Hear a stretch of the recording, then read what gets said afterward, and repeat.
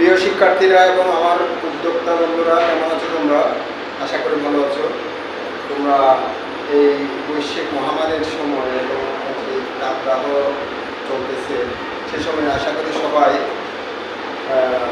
ঘরের মধ্যে নিরাপদে আছো এবং তোমরা নতুন নতুন ব্যবসায়ের আইডিয়া খোঁজার চেষ্টা করতেছো আশা করি। তো আমাদের আসলে স্কুলটা শুরু হয়েছিল তোমরা নিশ্চয়ই জানো, কিন্তু সরকারি আবার ঘোষণার কারণে কয়েকদিনের জন্য বন্ধ ঘোষণা করা হয়েছে, কিন্তু আমাদের আসলে কার্যক্রমটা এখনো বন্ধ করা হয়নি। আমাদের কার্যক্রমটা তোমরা এখানে ফিজিক্যালি না আসলে কিন্তু ঘরে বসে তোমরা এই কার্যক্রমটা অনলাইনের মাধ্যমে দেখতে পারো।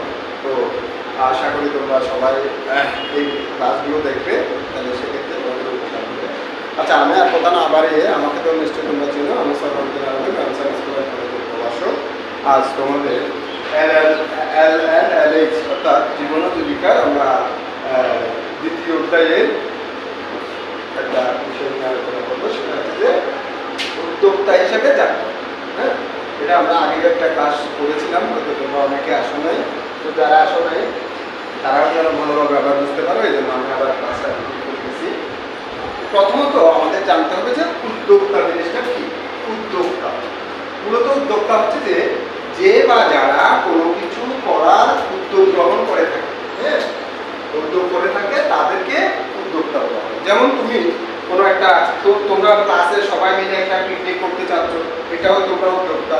অথবা তোমরা সবাই ক্লাসে সবাই মিলে, হ্যাঁ, একজন গরিবকে দান করতে চাচ্ছ, অথবা কোনো একটা ছোট্ট দোকান করতে চাচ্ছ, যে কোনো ধরনের কাজ করতে গেলে সেটাকে কি বলা হয়? উদ্যোক্তা বলা হয়। যিনি করেন অথবা যারা করেন তারা হচ্ছে যে উদ্যোক্তা। ঠিক আছে? আচ্ছা, এবার উদ্যোক্তার মধ্যে আবার দুই ধরনের উদ্যোক্তা আছে। একটা হচ্ছে যে সাধারণ উদ্যোক্তা, আর একটা হচ্ছে যে ব্যবসায় উদ্যোক্তা।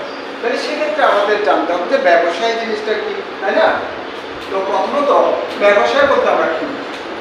সাধারণত মুনাফা অর্জনের উদ্দেশ্যে যে কোনো ধরনের বৈধ কর্মকাণ্ডকে ব্যবসায় বলা হয়। অবৈধ হলো হবে না, যেটা আইনের মাধ্যমে এবং ধর্মীয় রীতিনীতির মধ্যে বৈধ রয়েছে, সেই ধরনের বৈধ কর্মকাণ্ডকে ব্যবসায় বলা হয়। কিন্তু কথা হচ্ছে যে এখানে মুনাফা অর্জনের উদ্দেশ্য থাকতে হবে। মুনাফা অর্জনের উদ্দেশ্য ছাড়া তুমি যদি সেবার উদ্দেশ্যে বা, হ্যাঁ, তোমার পরিবারের জন্য করে থাকো, তাহলে সেটাকে ব্যবসায় বলা হবে না। ব্যবসায়ের প্রধান উদ্দেশ্য কি? মুনাফা অর্জন। তো আসলে আমরা হয়তো বড় হয়ে বিভিন্ন ধরনের ব্যবসায় আমাদের ব্যবসা করতে হবে, কেউ চাকরি করবে, কেউ আসলে জীবিকা নির্বাহ করতে গেলে আমাদের কিছু না কিছু করতে হবে। মূলত কর্মসংস্থানকে তিনটা ভাগে ভাগ করা যায়। তোমরা নিশ্চয়ই, তোমাদেরকে আমি ক্লাসেও বলেছিলাম, তারপর আবার বলি। কর্মসংস্থান হচ্ছে যে প্রধানত তিন প্রকার। একটা হচ্ছে যে মজুরি বা বেতন ভিত্তিক চাকরি, আর একটা হচ্ছে যে আত্মকর্মসংস্থান এবং ব্যবসা। তাহলে এখানের মধ্যে সবচেয়ে উন্নত একটা কর্মসংস্থান হচ্ছে যে ব্যবসা। তো এখন তুমি যদি ব্যবসা করতে চাও, তুমি কোন ধরনের ব্যবসা করবে এবং ব্যবসায়ের জন্য কি কি আইডিয়া লাগবে, সেই ধরনের বিষয়গুলো তোমাদের জানতে হবে।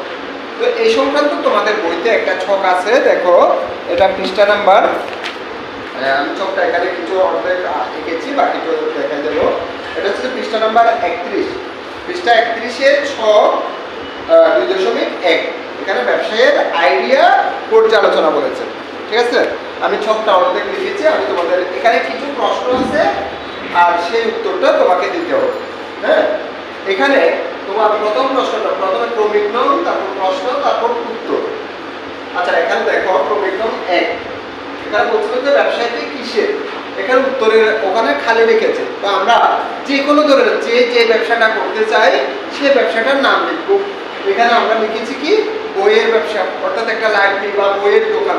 হ্যাঁ, তাহলে আমি কি লিখেছি? এখানে বইয়ের ব্যবসা। তুমি তোমাদের ইচ্ছে মতো লিখতে পারো। তুমি ওষুধের দোকান দিতে পারো, মুদির দোকান দিতে পারো, কাপড়ের দোকান দিতে পারো। তুমি যেটা লিখবে সেটাই সঠিক। হ্যাঁ, তাহলে আমি বইয়ের দোকান, বইয়ের ব্যবসা লিখেছি। এবার বলে দ্বিতীয় প্রশ্নটা ছিল যে ওই ব্যবসায়ের মোট মূলধন বা বিনিয়োগ কত ছিল, অর্থাৎ আমি দোকানটা করার জন্য বা ব্যবসাটা করার জন্য আমার কত টাকা প্রয়োজন হয়েছে, কত টাকা বিনিয়োগ করতে হয়েছে। আচ্ছা, তাহলে আমি আনুমানিক একটা করেছি 3 লক্ষ টাকা। এটা বেশিও হতে পারে, কমও হতে পারে। তোমার ব্যবসাটা যদি অনেক বড় হয় তাহলে বেশি লাগবে, আবার তোমার ব্যবসাটা যদি ছোট হয় তাহলে কম লাগবে। আচ্ছা, এরপরে আমাদেরকে বলা হয়েছে যে প্রশ্ন থেকে সংগ্রহ করা হয়েছিল। অর্থাৎ আমি যে আমার দোকানে বা আমার ব্যবসায়ে পণ্যগুলো বিক্রি করবো, বইগুলো বিক্রি করবো, সেটা আমি কোথা থেকে সংগ্রহ করেছি। আমি তো বিভিন্ন জায়গা থেকে সংগ্রহ করতে পারি, তবে আসলে যেখান থেকে সংগ্রহ করলে আমি কম দামে আনতে পারবো সেখান থেকে আমাদের সংগ্রহ করতে হবে। তো আমি লিখেছি, মনে করেন চট্টগ্রামের বইয়ের পাইকারি হচ্ছে যে কোথায়, আন্দরকিল্লা, তাহলে আন্দরকিল্লা চট্টগ্রাম। আবার ঢাকায় একটা বইয়ের পাইকারি বাজার আছে, সেটা হচ্ছে বাংলা বাজার ঢাকা। আমি এই দুটা লিখেছি, তোমরা তোমাদের মতো লিখতে পারো। এবার হচ্ছে যে তুমি বইগুলোর বিক্রয় মূল্য কিভাবে নির্ধারণ করেছো। হ্যাঁ, তাহলে সাধারণত কোনো পণ্যের বিক্রয় মূল্য নির্ণয় করতে গেলে মোট ক্রয় মূল্যের সাথে মুনাফা যোগ করতে হবে। তাহলে এখানে আমাদের জানতে হবে যে মোট ক্রয় মূল্য বলতে কি বুঝি। আমি শুধু পণ্যটা কিনেছি, যত টাকা দিয়ে কিনেছি, এটাকে মোট ক্রয় মূল্য বলা হয় না। ওই পণ্যের ক্রয় মূল্যের সাথে ওটার সাথে পরিবহন খরচ বা অন্যান্য যাবতীয় খরচ যুক্ত করলে তখন হবে যে মোট ক্রয় মূল্য।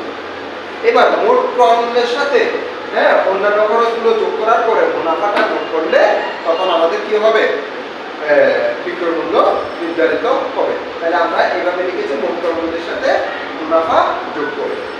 এবার হচ্ছে কত পণ্য বিক্রয়ের উদ্দেশ্যে জোগাড় করেছে। এখানে সংখ্যায় লিখতে বলেছে, পরিমাণও লিখতে বলেছে, আবার টাকায় লিখতে বলেছে। তাহলে আমরা আপাতত লিখেছি 5000টি বই সংগ্রহ করেছি এবং যেটার মোট মূল্য হচ্ছে যে কত, 1,50,000 টাকা। হ্যাঁ, তুমি বলতে পারো স্যার আমরা তাহলে 3 লক্ষ টাকা বিনিয়োগ করেছি, 1,50,000 টাকা কেন? কেন, আমার দোকানে ফার্নিচার লাগবে, দোকানের ভাড়া দিতে হবে, অ্যাডভান্স লাগবে, তাহলে এখানে তো আমাদের কিছু খরচ আছে। তাহলে আমি শুধু সবগুলো দিয়ে পণ্য আনতে পারবো না, ঠিক আছে? তাহলে আমরা 1,50,000 টাকা পণ্য এনেছি। হ্যাঁ, তারপর বন্ধুরা এখন পরের প্রশ্নগুলো হচ্ছে যে 6 নম্বর প্রশ্নে আসছি। এখানে আমাদের বলছে কত পণ্য অবিক্রিত অবস্থায় রয়েছে। অর্থাৎ একটা দোকানে তো সবগুলো পণ্য একসাথে বিক্রি হয়ে যায় না, কত পণ্য অবিক্রিত অবস্থায় রয়েছে। আমি ধরে নিলাম 200টি বই অবিক্রিত রয়েছে এবং সেটার মূল্য 10,000 টাকা। এখানে 10,000 টাকা ধরেছে। আচ্ছা, তারপর কত টাকা মুনাফা বা ক্ষতি হয়েছে। আমি যে পণ্যগুলো বিক্রি করেছি, তাহলে এখানে কত টাকা মুনাফা হয়েছে বা ক্ষতি হয়েছে। তাহলে আমাদের মুনাফা হয়েছে, মনে করলাম 20,000 টাকা লাভ হয়েছে বা মুনাফা হয়েছে, এটা মুনাফা। অনেক সময় ক্ষতি হতে পারে, কারণ ব্যবসায় মুনাফাই হতে পারে, ক্ষতি হতে পারে। এবার বলেছে যে অবিক্রিত পণ্য দিয়ে আমরা কি করেছি, অর্থাৎ যে পণ্যগুলো আমাদের রয়ে গেছে, যেগুলো বিক্রি হয় না, সেগুলো আমরা কি করেছি। তো আসলে আমরা সামাজিক দিক হিসেবে আমাদের কিছু সামাজিক দায়িত্ব আছে। সমাজে যারা সমস্যা আছে তাদেরকে একটু আমাদের সমস্যার সমাধান করার চেষ্টা করতে হবে। আমরা কি করেছি, কিছু গরিব ও মেধাবী ছাত্রকে দান করেছি। সে যারা বই কিনতে পারতেছে না, গরিব, অর্থের অভাবে, তাদেরকে দান করেছে। অবশিষ্টগুলো সবগুলো কিন্তু দিই নাই, অবশিষ্টগুলো পরে বিক্রি করার জন্য রেখেছি। আচ্ছা, এখন বলা হয়েছে যে কি করলে মুনাফা আরো বেশি হতো বা ক্ষতি হতো না। তো আমাদের তো ক্ষতি হয় নাই, মুনাফা কিভাবে আরো বেশি হতো। তাহলে মূলত তার চাহিদা, ক্রেতারা যে পরিমাণ চায় বা যেসব বইগুলো চায় সে অনুসারে চাহিদা মতো যদি সকল বই রাখতে পারতাম, চাহিদা হয়তো আরো একটু বেশি বিক্রি হতো এবং আমাদের মুনাফা বেশি হতো। এবার বলা যাচ্ছে যে কি হলে বিক্রি আরো বেশি হতো। তাহলে আমি যদি একজন দক্ষ বিক্রয় কর্মী নিয়োগ দিতে পারতাম, সে যদি ভালোভাবে সবার সাথে ভালো আচরণের মাধ্যমে, বিশ্বস্ততার মাধ্যমে ব্যবসাটা করতে পারতো বা পরিচালনা করতে পারতো, তাহলে হয়তো আমাদের বিক্রি আরো বেশি হতো, মুনাফা আরো বেশি হতো। তো আসলে এগুলো কোনো অ্যাবসলিউট উত্তর নয়। হ্যাঁ, তোমরা চাইলে তোমাদের ইচ্ছে মতো, তোমাদের মতো করে তোমরা লিখতে পারো। এটা হচ্ছে যে আমার ধারণায় এটা আসছে, তোমার ধারণায় হয়তো ভিন্নটা আসতে পারে।